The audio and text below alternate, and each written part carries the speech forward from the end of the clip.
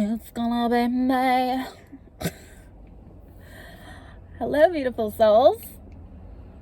It's too early to be functioning. That's not true. It's fine. That's a belief system. Alright, gotta put in my spirit satellite dishes. I'm coming. Okay, that's where I'm at today. I'm kidding. I'm actually doing fairly well. You guys would laugh if you saw the thing I'd rigged up to make sure my phone was even slightly angled properly. So, here we are. Welcome, class. Today I wanted to talk about spirits' feelings on your journey. This is a good topic because I think most people mistake their inner critic for their spirit guides. I wanted to talk about this because I did actually see another TikTok on this recently. Oh, actually it was a while ago.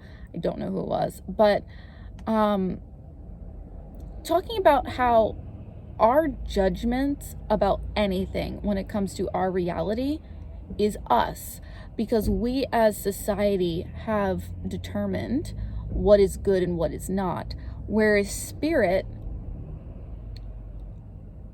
is here for the ride. That's it. Thank you for coming to my TED Talk. No, I wanted to talk about this because I think it's really, really important. And Bashar said it really, I think it was Bashar said it really well, is this idea of should. No, it wasn't Bashar. It was Teal. It's Teal. This idea of should is a very human construct. I should not. Whereas spirit is, what do I want to do? What do I want to experience? Even this idea of like the karmic rebirth of like, oh, like you're going to come to earth, and if you were a crappy person in your past life, you're going to have to work through that in this life. That's not inherently how it works. Yes, will you work through stuff that maybe you didn't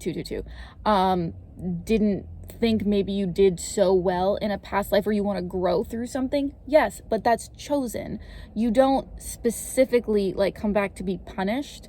It's kind of like if you went and you were like, oh, I want to accomplish this task, I want to have this amount of soul growth, and maybe you didn't do that in a past life. When you come back up to source to kind of evaluate and be like, okay, how do I want to reincarnate again? You might go, okay, like I still want that soul growth, so I'm going to go back into a similar situation and have an experience so I can actually accomplish that goal. Again, it's not a punishment of right and wrong. It's I think that would be cool to experience, expand in, and so you go back to have a similar experience. Now, obviously that's a 3D concept. Once you leave 3D, everything's happening simultaneously, and that's how you tune into the different realities and so on. That's a different topic. If you'd like to hear more on that, comment down below. But your lives are actually alternate lives. So you will actually tune in, like when you have a past life regression, you'll actually tune into the alternate life where you wanted to have that same experience. So it's like, oh, I'm having this, I'm reliving this experience, but it's a little more complex once you leave out of 3D. So we'll set that aside for now and say past life, because it's quite complicated once you get into the whole like quantum thing. But anyway, you are eternal consciousness, divine consciousness, having a human experience, or a tree experience, or an animal experience, whatever. Every other being and incarnation, even the trees, even the ground, is that same consciousness. So you are also the mass murderer. You are also the philanthropist. You are also the beautiful bird flying through the sky. We are one consciousness having a fractal experience. So when you think of it that way, source isn't all like, oh, you didn't quit smoking today. Because it's the experience. I've come to realize through my own experience, but also what I've learned and what I've channeled, that it is, when they ask you, what is the purpose of life? In my opinion, from my experience, it is to experience. Source is here to experience. And through experience, we create expansion. And we're always expanding out, learning more about us. I had someone message me recently, asking about, how Source knows everything. And I was like, Source doesn't know everything. That's why we're still expanding. If we are Source and we're still learning, like, don't you think it'd be really boring if Source knew everything and then it was like knowing things again? Like, that would be so boring. Source is investigating itself because it is infinite. And so it is constantly looking and looking and looking and looking and reevaluating, going, who am I? Who am I? Who am I? And I think that is why we are always asking, who am I? Because if you actually think about it, like, being a human's not that complicated, right? Who am I? What a weird question for a one being in a sea of 8 billion people. It's like, why would that matter? But we have that inherent question of who am I? And I think that's because that's Source's question. When we go to find who we are, we go inward, right? And we explore ourselves, and we go outward. Who am I compared to this and compared to this? And oftentimes we say, like, oh, comparison is the thief of joy. And yes, if you're comparing as in good versus bad, of course. But the only way you can really know who you are is to look in a mirror, right? You see yourself. I'm talking hypothetically, of course. Or you look at other humans, go, ooh, that feels familiar. That's why, when we go online or we do these things and we go like, oh, someone says something, we're like, oh my gosh, same. There's a feeling good about that. There's a recognition of like, oh, you are like me. That's me. That's you. Okay, cool. And you can kind of evaluate yourself. A lot of people, I think, have struggled to think that they're very weird. And through the internet, that understanding of each other, that, we have this broad platform to really see so many facets of consciousness. We go, wait, I'm not that weird. And in fact, is weird even a thing anymore? Because you go, oh, this thing is weird, and then literally it gets 1 million likes, right? If 1 million people are doing it, and that's just the people who saw it, right? If 1 million people can relate, is it that weird? Or is it just an aspect of consciousness? So back to Source and Spirit caring about our journey. What Source and Spirit, which is us, cares about is that exploration. And so that's why there's such a diversity of experience. And yes, of course, there's pain and there's suffering and there's joy, but they are all just sensations. And we have decided to put a story on what that sensation means. And we know this because two people can have almost the identical experiences and come out of it vastly different. And so it really is about perspective. How am I going to utilize this for future use?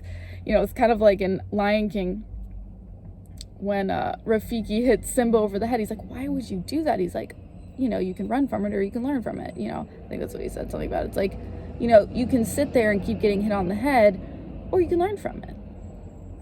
And both options are valid because you're going to have an experience. And so when we go to our guides, that's why they feel so neutral, okay? For those of you who have learned how to tap into your spirit guides, when you really listen to what they're saying, they are very like, well, you could do this if you want. This might feel better, all right? Because if you're straight up asking, like, okay, what do I need to do here? And they're like, well, this would probably feel better. This would help you expand more. This will help, whatever. They're not going to come at you and be like, you should have done this. And if they are, check it. Because it's probably not not a being you want to be listening to, because judgment comes from duality, right? You can only judge something else if you feel like it's separate from you, because you go, oh, that's different. That's different. That idea of that's different is the experience of duality. And there's nothing inherently wrong with that. That's the thing. Even the judgmental attitude, there's nothing wrong with that. You're observing. You're making a conclusion about something. Does it feel good? Wesley and I were talking about this recently. When you're in judgment, you have this like kind of restricted feeling about yourself. You're like, ugh, Even if the judgment feels appropriate, right? You still feel like you get agitated, right? Even if you're looking at something, you feel like something's an injustice, right? You're like, oh, like if you actually feel what that feels like in your system, in your feeling system, in your emotional system, it is a restriction. And if what we believe about being aligned versus out of alignment, when something feels bad, you're out of alignment, 11:11. So there's a certain amount of being out of alignment by saying that shouldn't be happening. And as a 3D person, that can be very difficult. You say, well, that's an injustice. That's someone getting hurt. And I'm not saying it feels good. And I'm not saying it couldn't be more loving, which would feel good, right? But source and spirit understands the perfection. Say that is a vibrational match. That is a soul contract. That is spirit or source recognizing, I don't love that. Let's move towards love. There's always a possibility when there's a discomfort to move towards love. Always. We know this because families of victims have forgiven murderers. Genuinely. Most people couldn't do that because they say that's wrong. But some people look at that and go, wow, that is a broken person. That is someone who's in pain. And that's really beautiful. We look at those people, how do they do that? But we also recognize that that's beautiful. So these concepts of shoulds and shouldn'ts really come from the human belief system. So with that knowledge, you now get to decide every time you have an experience, and yes, it takes practice, how do I want to feel? Because you have a feeling, you go, okay, I'm feeling this way, but do I want to feel that way? Does it serve me?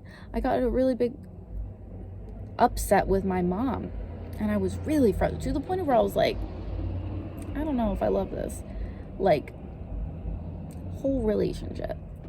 Obviously that was in my upset, but I was really upset. And I was talking to Wesley and I was like, but is this serving me? Because ultimately my relationship with my mother is more important to me than this belief that what happened was wrong.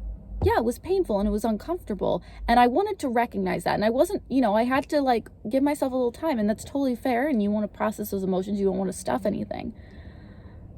But I was thinking, is it worth the restriction in my own system? Is it worth me being out of alignment? And of course the answer is no, ultimately. And that's a practice, that's a habit, and only a few people are actually good at it. And I think as the collective becomes more aware of that being a possibility, we're going to get better at it. Because who doesn't want to feel better? Everyone does everything to feel better. Everything. Because even in the martyrdom, you feel like you're a good person. There's always something. I feel more connection here. I feel safer here. I feel I'm of value. I have worth. I matter. Whatever it is. Self-sacrifice. Looks from the outside, oh, they are such a good person. But they're completely rejecting themselves, which is unhealthy. But they do it because they feel like it's right. And what does feeling right feel like? It feels good. So even if in that deep discomfort, they're like, but I'm a good person. And again, there's nothing wrong with that. Our systems inherently know we want to feel good. And in a society that has not taught us how to do that properly, we do it in a lot of backdoor ways. And so we need to be gentle with ourselves and compassionate, because we're living in a world that it's the blind leading the blind, which is why starseeds are coming to the planet. It's why, there's this new information. It's why channeling happens, because this planet needs these new perspectives, because without them,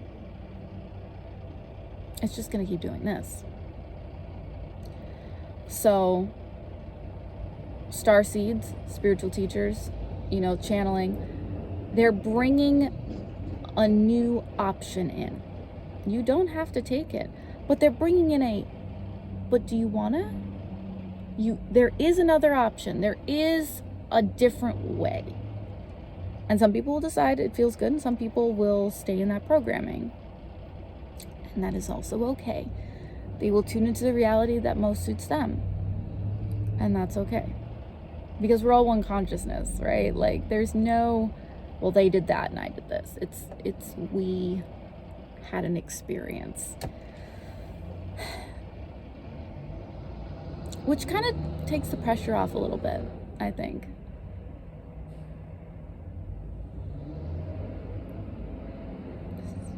Be more gentle with yourself. Say, okay, I'm having an experience. What do I want to be experiencing? Let's move towards something that feels better. Something, as Abraham would say, let's move towards relief. You don't have to go from being depressed to ecstatically happy. That doesn't feel realistic. Depends on the person. Depends on how good you are at tuning. But go towards the feeling of relief. And as a society, we have not been taught the value of being in alignment, because we're taught that others know better, right? Well, they've been around longer. They know better. And so society has literally been built to keep us out of alignment because it makes others feel better. Which, again, if you think about it, I want you to not feel so good, so I feel better. Stop being selfish and do what I want. If you think about it, everyone just wants to feel better. So get in tune with you, get in tune with what you feel good about. And that's where your guides and source are going to be like, yes, you're on it. You're on it. Because feeling good means you're in alignment with yourself. And your higher self is source. And so when you're feeling good, genuinely good, in love, in passion, in excitement, you're doing it. You're remembering oneness.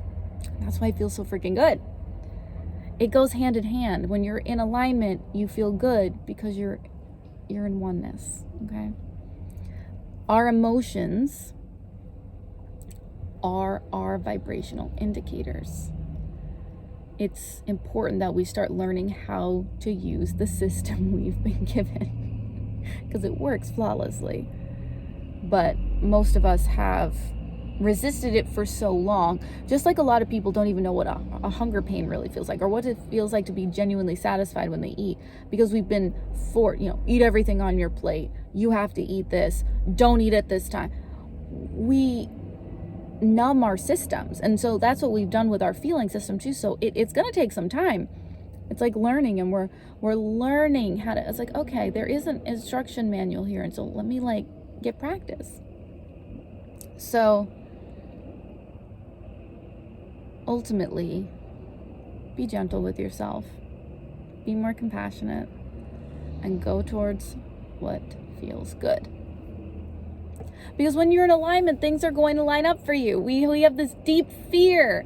If I don't do this thing, it's going to go bad for me. Right? And so if you're in that and then don't do the thing, of course, it's going to go bad for you, because that's your belief system. But if you say, I'm always taken care of, I'm going to just make the decision that feels good to me in my highest excitement, you're just going to tune into the realities where it's always working out for you. The laws are going to change in that reality. people, the right people are going to come into your space. You're going to find the right things. It's pretty magical. Synchronicity is pretty magical. There are other planets, like Bashar's planet, where they're in alignment so much, they don't even have to worry about time. They just, people show up exactly when they're supposed to. Because they're so in tuned, the meetings make, happen. And I love this one thing. I'll leave you with this. Bashar said this thing. Someone asked Bashar, what happens when something happens that you didn't plan for, you didn't want? Does that make you uncomfortable? And Bashar says, no. We celebrate the fact that there was another potential, even a better potential, that they didn't plan for. And I love that. So that's how Source sees it. Here's a new potential I didn't expect. Let's explore it. It's an adventure. All right, you guys, much love. I hope you're having a fantastic day. Every day has the opportunity to be a fantastic day. We just have to remember to look for it, right? What we focus on grows. Which is pretty magical if you think about it. Like, our world's so magical. Like, let's just, it's so exciting. It's an adventure. Let's own it, right? All right. Much love, you guys. Many blessings. Namaste. And don't forget, it is all about the soul journey.